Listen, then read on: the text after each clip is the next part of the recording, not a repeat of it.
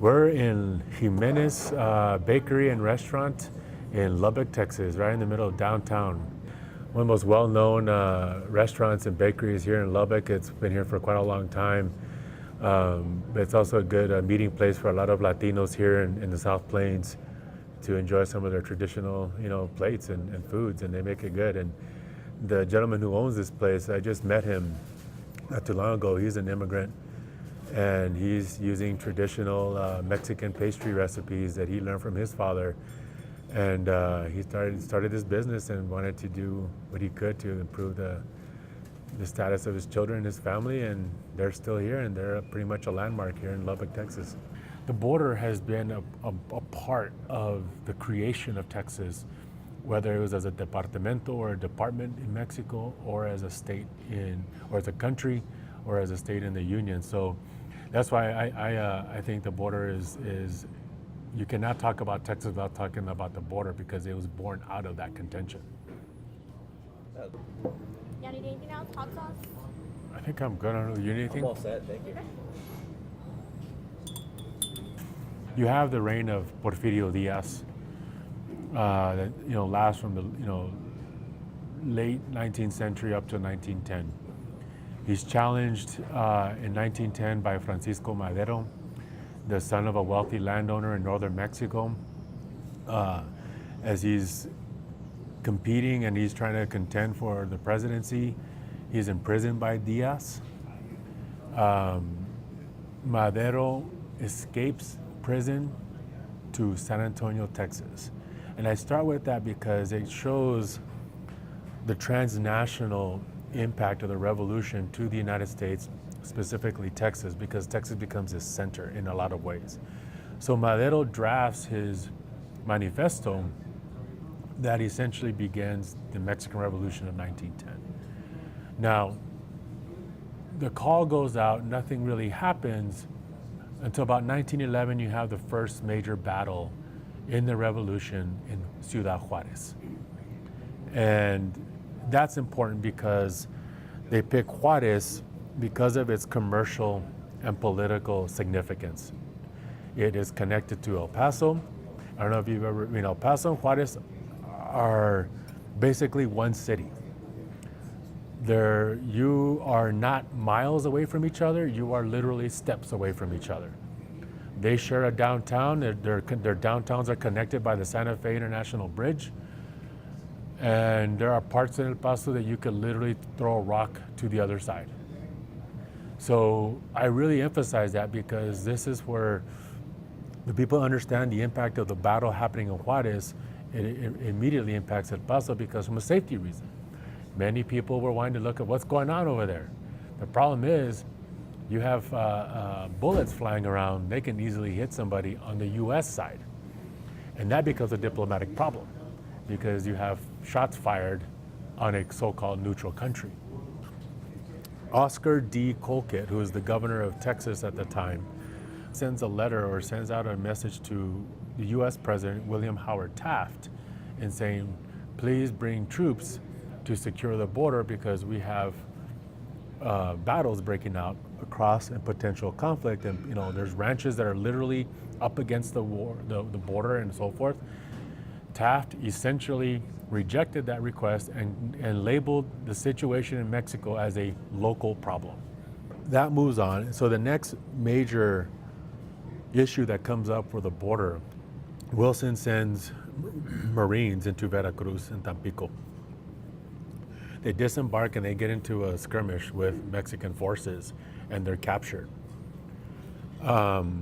Wilson sees this as a potential issue in the sense that we could possibly start a war with Mexico. On the Texas side, I've done the research and I went to the state archives.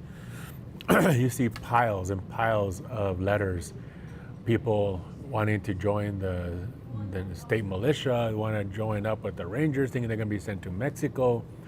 They're evoking, remember the Alamo, like quite literally. So these latent feelings, these latent anti-Mexican feelings start getting sort of amped up when you have this situation between Huerta and Wilson. So then Wilson is now having this standoff with Huerta, and he demands that these soldiers be released. And Huerta saying, no, you're violating our sovereignty. Why are you even here? You read the exchanges between these two leaders, and it's like seeing a bunch of kindergartners essentially having a pissing contest. So eventually, Huerta releases the Marines, but Wilson doesn't let it die. Huerta is removed from office. In fact, he is actually arrested. So when that happens, in 1915, one of old Madero leaders has developed a group called the Constitutionalists, and that's Venustiano Carranza. Venustiano Carranza is a rival of Francisco Villa. Carranza is trying to assume the presidency. He does not have the support of Villa or even others. And he eventually gains the diplomatic recognition from Woodrow Wilson in October of 1915. Villa loses it because he feels betrayed. In January of 1916, a group of engineers from the Cusi Mining Company that is headquartered in Chicago has a silver mine in Chihuahua, reorganized and brought their engineers and their staff and some of their workers back into their mine in Chihuahua. That train was hijacked in near Chihuahua City by a Villa officer named Pablo Lopez. They derail the train. They raid the train. It's actually a segregated train because there's the American car, which is essentially all Anglo, and then there's the workers who are Mexican who are in a different car. The Lopez's men enter the car. They kind of harass the Mexicans, take a couple of their lunches, just harass them. They get into the American car and they force all of them to disembark. They're also forced to disrobe, not completely nude, but into their underwear. At that point, Pablo Lopez orders his men to execute every single person there. And he does, with the exception of one survivor, because men are flying and running and they're being shot as they're running. One guy actually survived, made it from there all the way to El Paso, barefoot. And he gives the account of what happened. We have other Mexican accounts as well that kind of corroborate most of what this gentleman had mentioned. So when the Santa Isabel massacre happens, news gets to El Paso as the bodies of the victims are brought to El Paso so they could be shipped out to their respective hometowns for burial. Soldiers from Fort Bliss are in downtown at the bars, and they're getting liquored up, and they start going on a rampage. And this is what I identify in my book as the El Paso race riot of 1916. They literally leave the bars and they start wailing and attacking every quote-unquote Mexican they see. Men, children, women, elderly, they just go on a rampage. The El Paso Police Department leaves the vicinity and says, we can't handle this. They get a call to Fort Bliss.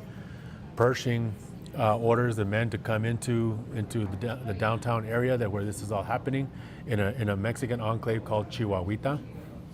They're shoulder to shoulder and bulldozing through the streets, and they're trying to put down. There's roughly around 10,000 people or so in this riot. It goes on for most of the day. There aren't any reported killings, but there are certainly a lot of people injured. Mostly Mexicans were arrested. None of the soldiers were arrested. Now, what's interesting is that word gets to Juarez, and the soldiers in Juarez start hearing that the Americans are attacking Mexicans in El Paso. So they start marching towards the bridge and coming to protect their brethren, really. So you have also Mexican soldiers coming, heading towards the bridge. You have another Mexican neighborhood called Segundo Barrio that gets word of what's happening. They start arming themselves with whatever they can, pipes, bats, whatever. Start coming into the Chihuahuita area to go in and go after the soldiers who are attacking Mexicans in that area. So you have a pretty much almost an all-out battle happening. The American soldiers meet the Mexican soldiers at the bridge and basically halt their advance. And because both of them don't really have orders, like what do we do? Like what do we do? Because obviously, if they engage, this potentially leads to war. So finally, Pershing institutes martial law into El Paso, which lasts about a year. And what he does is he quarantines downtown and doesn't allow people in Chihuahuita to leave the area or people to go in. He also shuts down the International Bridge, which is the only one at the time that was the main bridge. On March 2nd, you have the next big incident, and that's the jailhouse Holocaust. So in downtown El Paso, 2 men are admitted into the county jail. They're both admitted for something very petty. Well, at the time that they were admitted, the prisoners were lined up because they were getting ready for their daily bath. And this is not a bath of like, let's have them be hygienic or clean. It's their delousing bath. They're delousing them in what they call a kerosene and vinegar bath, also their clothes. As you imagine, as these 2 men were admitted, one lights up a cigarette. And there's very little ventilation, so boom, the whole thing blows up. And the accounts are just catastrophic. I mean, you have men who are just like trying to get into the concrete walls. You have skin being, the whole nine. You had one individual who ran through the courthouse during a trial on fire, leaving bloody footprints as he was, burning to death. And then one gentleman makes it to the river and starts yelling out, "They're killing us Mexicans, they're killing us Mexicans." So that also causes an uproar in Juarez and what's going on. So this Holocaust, this news gets to Villa. And Villa is in Chihuahua, and he supposedly vows, we're gonna need to show the Americans what it means to light up. So a week later, he invades Columbus, New Mexico. So Villa invades in the morning of March 9th, 1916, and is very successful. He goes in and it's all hell breaks loose. The soldiers are awoken by what's happening. They're scrambling to get their clothes on. They're scrambling to get ready. Civilians are doing the same thing. Because the armory guy is not there, they're having a hard time getting into their weapons until they finally break it open. And you eventually have several people, soldiers and civilians killed, dozens of Mexican soldiers killed through the machine gun. Villas narrowly escapes with his life back to Palomas area. And this prompts what's known as the Punitive Expedition, led by John J. Pershing. By 1920, Villa surrenders to Obregón, who becomes the president of Mexico in 1920. He's given an hacienda in Chihuahua, meant to kind of retire peacefully, like just go away. That's where he eventually lives out the last few years of his life. But we do have a lot of what we call today spillover violence along the border, especially in Texas, between 1910 and 1920. I mean, I think how this period impacts relationships between ethnic Mexicans and maybe Anglos or what have you, is what my book argues, is that it complicates and very much creates conflict and tension between the two groups, because when you have tensions between the two countries, it does filter down to the communities. As I mentioned with the Huerta situation, when the occupation of Veracruz, all of a sudden Anglos are saying, remember the Alamo? It's like Alamo was almost 100 years at that point, and yet they're evoking that memory. But I think we also have to understand that the tensions between the two countries and this vilification of migrants, especially coming from Mexico, can also be learned from what we did in the early 20th century, when you had refugees, quite literally refugees, as well as recruited labor, coming in and being personified as an invasion, as a national security threat, contributed, not exclusively, but contributed to the violent outbreaks that we saw, that I outlined in this discussion. You're seeing that today. I mean, early 2000s, you had, when there was a fear of Mexicans coming over, you had this gentleman in Pennsylvania that was beat to death because he was a Mexican immigrant. You had a number of cases like that. Today you still see the framing of that discussion as these caravans they're heading for the border. It's the rhetoric, it's the tone that's really forming that these migrants are simply here to do harm, not to contribute, which historically, whether they're from Mexico or from Italy or from China, we have what we have because of the labor of migrants. I mean, Thomas Jefferson wasn't going to pick up a shovel, right? Henry Ford wasn't going to go and go in an assembly line. So you have these guys that are immigrants are very much a part of our fabric, both in every aspect, economic, social, and political, and they were 100 years ago.